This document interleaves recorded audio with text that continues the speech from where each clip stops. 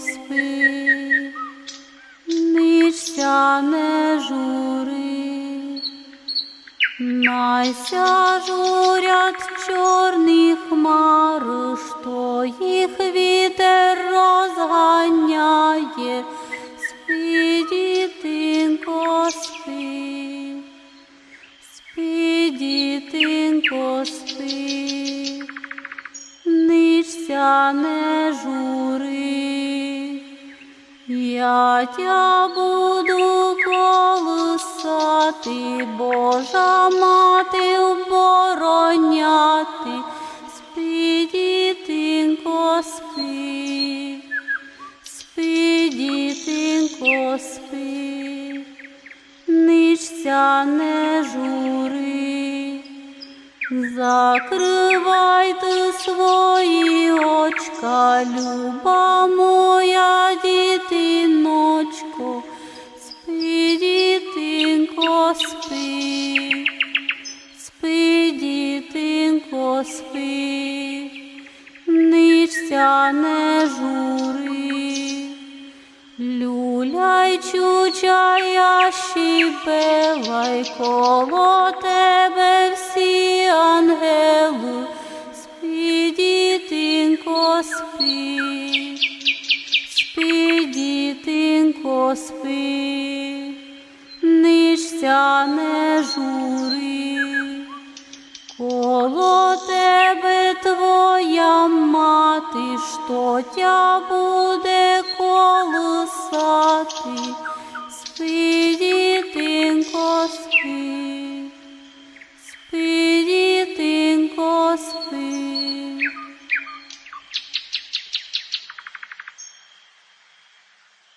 Колискова пісня – це найперша пісня про любов у житті людини. Це послання батьків до своєї рідної дитинки. І саме в колисковій передається та велика любов мами і батька до своєї дитини. Або колискові співали ще сестри і братики, бо, наприклад, раніше люди трудівниками були, то багато працювали. Іноді старші братики, сестрички доглядали за малими і навіть самі складували колискові для діток. Через колискову дитинка пізнає цей світ. Навіть коли народжується, я пам'ятаю, коли мій синочок народився, як тільки ми його принесли з роддома, от на ручках, доки співалася колискова, доти він цілу пісню не плакав. Як тільки закінчували, то дитина собі пригадує, що десь його щось турбує, то починав плакати. Але як воно благотворно впливає, розумієте? Вже довели навіть вчені, що музика створює додаткові нейрони у мозку. І, звісно, коли співаєш своїй рідній дитинці, ти її і погладиш, і приголубиш. Тобто це вплив іде як тактильний, так і слуховий. І так потрошки привчається дитина любити музику. Далі, коли вона росте, колискові можна і дорослим діткам співати. Буває, що дитина не може заспокоїтися, то мамин голос вібрації або тата голос вібрації дуже заспокоює наших діток. І я вирішила підняти давні колискові, котрі притаманні нашому регіону. І я їх співаю з нашою русинською місцевою вимовою. Наприклад, така польова є гірська колискова «Гайчі, сину, гайчі». Я думаю, що її виконувала сестричка або братик. Можу вам зараз проспівати.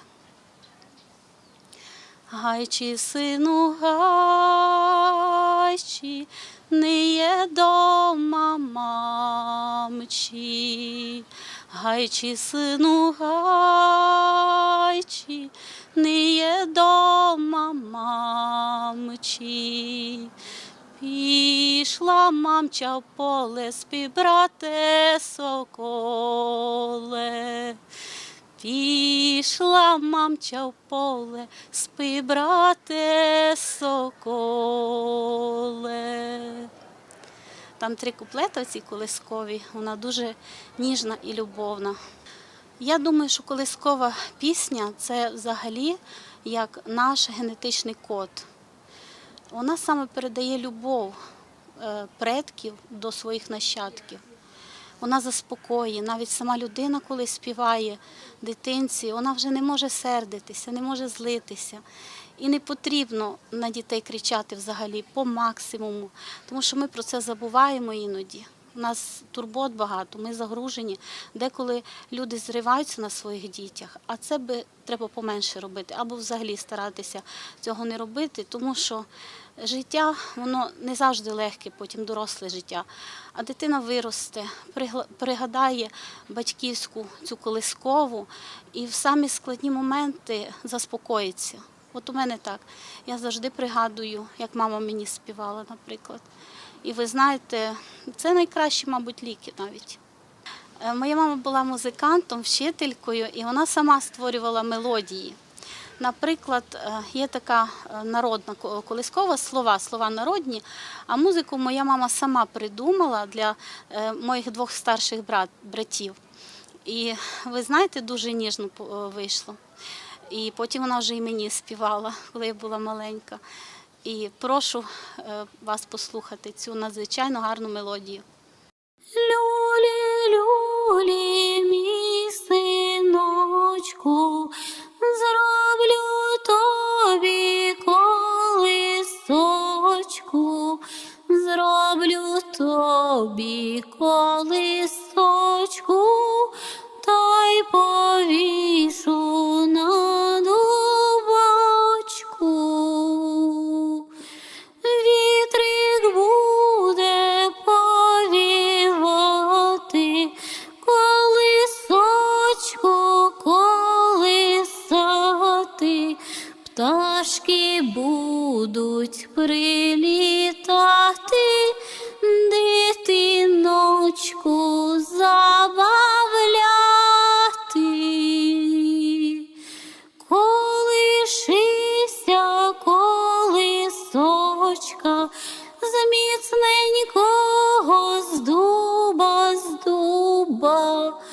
колишися в колисочці, дитиночко моя люба.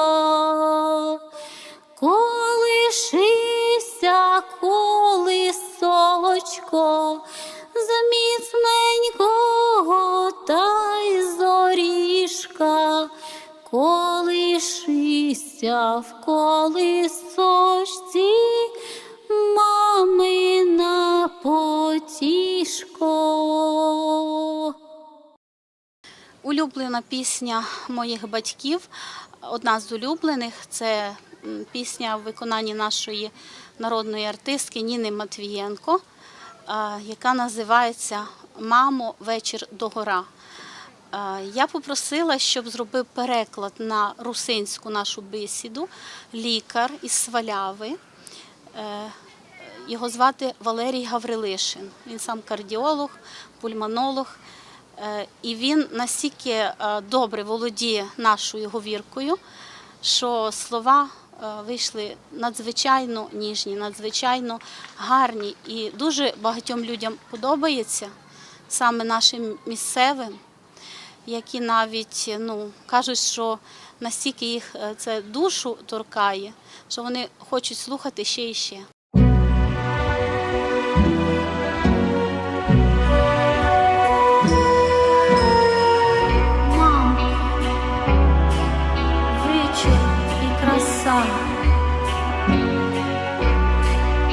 Чекать вже натяг роса.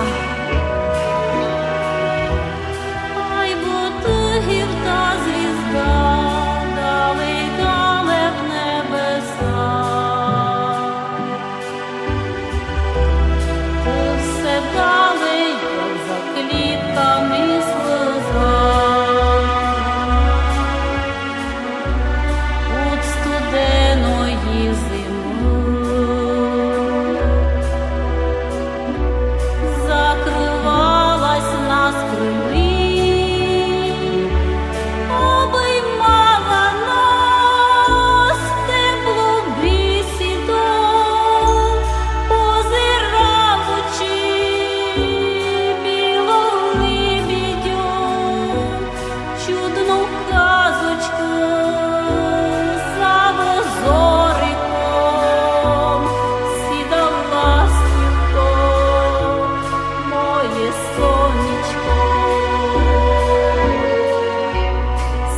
завжди з вишнями цвете.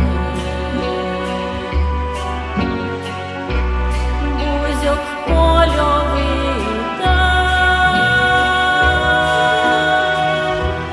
а мені, як до звізди, йти за тобою сльози. Лемна в тема світлої звізди, там, де ти колись ішла, тиха путь вже зацвіла, пахне вечір тотлем косицями, рано росами, команицями, житом казочковий по соняхом, сіда ластівко, моє сонечко. Пахне вечір тотлем косицями, рано росами, команицями, житом казочковий по соняхом, сіда ластівко, моє сонечко. Сіда ластівко, моє сонечко. Мене іноді запрошують на великі фестивалі. Недавно мене запросили в Чехію. На словацькому кордоні є таке село Рожнов над Радгостем. І там раз у 2 роки проходить фестиваль у такому старому селі, як у нас, от Ужгородський Скансен, дуже подібне, але воно в самому селі знаходиться, в самому цьому гарному дуже селі. Там називається Валаське селище. І хотілося вам сказати, що в Чехії і Словакії люди чекають цього свята 2 роки. Вони до нього готуються. Цей фестиваль проходить 2 дні. З'їжджаються люди із всього регіону, з цілої країни. Мене запросив виступити професор Карлового університету, його звати Маріан Фрєдл. Він, як фольклорист, збирає забуті старі пісні, як у Словаччині, так і в Чехії. І він це дуже сильно любить. І ви знаєте, колектив він зібрав 5 людей. Мені було надзвичайно приємно, тому що свої пісні я їм вислала по інтернету, але музиканти настільки підготувалися, що ми фактично за 15 хвилин підготували готовий репертуар на наступний день. Нам не треба було багато репетирувати, тобто це надзвичайно високі професіонали. І вони отримують задоволення, коли грають. Навіть на репетиціях їм це в кайф, в радість. І так само на виступі. От настільки мені було вражаюче і приємно. Амфітеатр був заповнений людьми. Там, як то кажуть, яблуку ніде було впасти. В прямому ефірі це все знімало чеське телебачення. Але в мене не було хвилювання. Я настільки довіряла цим чудовим музикантам, що все пройшло на ура, на біс. Я б хотіла, щоб і наші місцеві люди привчалися з самого дитинства настільки любити наш місцевий фольклор. Хотілося сказати ще таку річ, що на цьому фестивалі я виконувала 3 наші пісні. Люди надзвичайно реагують чутливо на події в Україні. Я їм заспівала «Пливе кача», наш русинський варіант із збірника Віри Баганич. І я про це розказала зі сцени, що ця пісня «Пливе кача», вона звучала на великій сцені в її виконанні і ще в 1960-х та 70-х роках разом із Закарпатським народним хором. Пісня про долю наших емігрантів.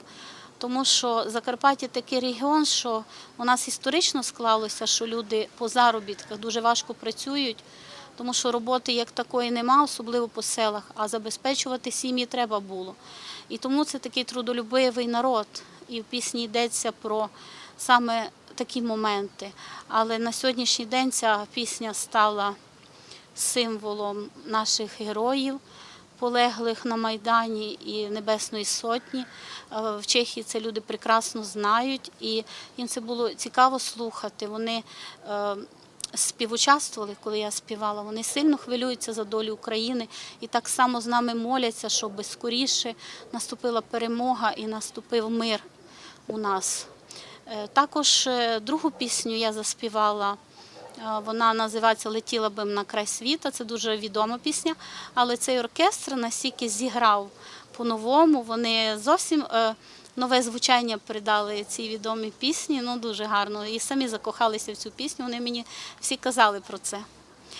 Ну і третю пісню я теж заспівала із збірника 1930-х років, коли перший керівник Закарпатського народного хору Петро Милославський записував фольклор від стареньких людей по всьому Закарпатті. І, наприклад, на полонині Руні ця пісня була записана безпосередньо від пастуха Федора Повхана.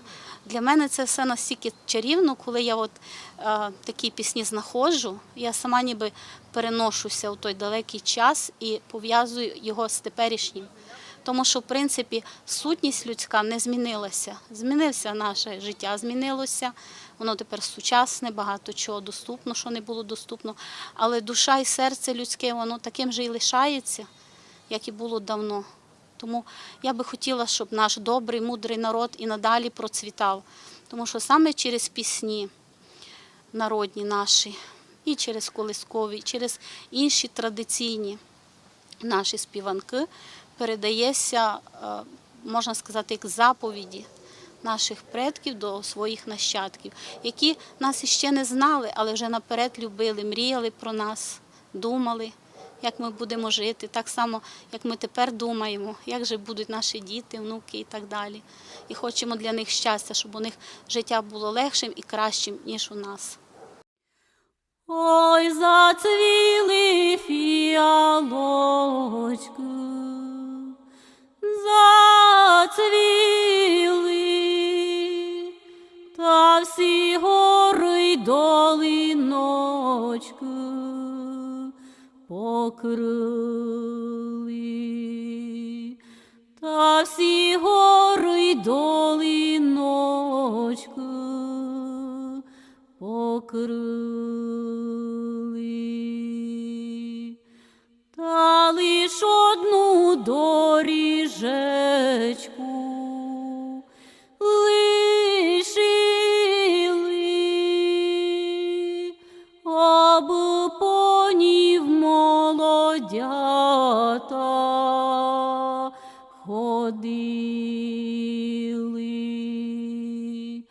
об по ній молодята ходили. Ішла по ній Марійочка раненько, занив юй миленький, близенько, занив юй миленький, близенько. Ой, зацвіли фіалочки,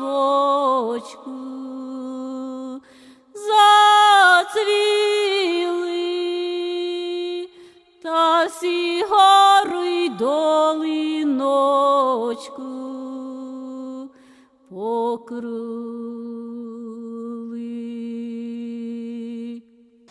Хотіла б оповісти, що дуже важливо не ганьбитися нам, особливо молодим, нашої русинської бесіди. Тому що ото є наше достояння, і є много літератури давньої, і це дуже давня мова, наша бесіда. І важливо правильно вимовляти наші фонеми русинські. У нас є 3 фонеми «і». Є «і», «и», як в українській, і є така гортанна «и». І ця фонема дуже важлива, бо вона придає краску, придає зміст. І лише справжній русин знає, де її вживати. Приїжджим це тяжко порозуміти, але з часом і вони привикають. І то велика радість, коли учаться говорити по-нашому. І це радість для нас, бо так можеш порівняти, що у кожному краї ростуть свої рослини, своя природа. І це все нашої, рудної, серцеве. Всяк точно і наша бесіда. У кожному краєві, у кожному районові є своя бесіда. І всяк все впознають, навіть у дуже далекому зарубіжжі свої люди. Можуть це і родичі всяк упознати, десь далеко від хижі материнської. І це велика радість. І не треба того ганьбити, бо так говорили наші мамки, няньки, бабки, дідики. Я, наприклад, дуже добре тямлю свою бабку, хоч я була маленька, коли її вже не стало, мені було 5 років, але я тямлю її любов. І я тямлю, як вона файно зо мною приказувала. Вона старала як може більше мені доброго повісти, файного, ласкавого слова. Наш язик є дуже ласкавий і дуже красний. І мене особливо радує в нинішній день, бо я давно хотіла наші русинські співанки зробити современними. Для того, аби їх любила молодь, і аби се перестали ганьбити. Ти говориш по-сільськи, то не файно. Всяк недобре казати, бо і це є наша гордость, це є наш діамант. Як наша мала батьківщина, так само і наша говірка рудна. І завто недавно зустріла, около 2 років назад, ужгородського музиканта, звати його Олександр Кірєєв, і він спершу робив обробки на наші старовинні колядки. І то натилькося людям полюбило, то незвично для людей було слухати, що мене почали люди просити ще, коли будуть ще нові співанки. І цьому Олександрові дуже полюбилася робота, він се тим надихнув. І вже на нинішній день він зробив 14 обробок. І вони не тільки кожна різна, кожна має своє таке обличчя, інакші ритми, але вона зроблена в сучасному електронному стилі. І дуже добре слухати. Можеш і в машині їхати, включити собі, і туди, і дорога веселіша, і скорше. І там звучить наша вимова. Я старав не забути, бо на нинішній день я не хосну вдома так часто нашу русинську бесіду, але ціле дитинство мої батьки, хоча були обоє викладачами, а й бо вдома ми всі говорили по-нашому, і мої старші брати, і я, бо мамка так хотіла, бо це материнська бесіда, так і материнське молоко із самого дитинства дає дитинцю, бо сильна була, бо кріпла. Так само і мова. Мама це дуже високо цінила. Зато хотілося б, аби і далі наша молодь зберігала іменно наші традиції, бо у нас є що казати. Друге діло, якби той був бідний регіон на фольклор, та й на співанки, та й на які у нас казки чудові теж. Ну, це просто велике багатство. Ми ще самі не усвідомлюємо, в якому райському і благодатному містові ми народилися і живемо. Завто радуюся і надіюся на те, що буде процвітати, що наше підростаюче покоління буде підтримувати наші традиції і нашу культуру. І думаю, що Закарпаття обов'язково буде процвітати, і люди будуть у нас щасливі.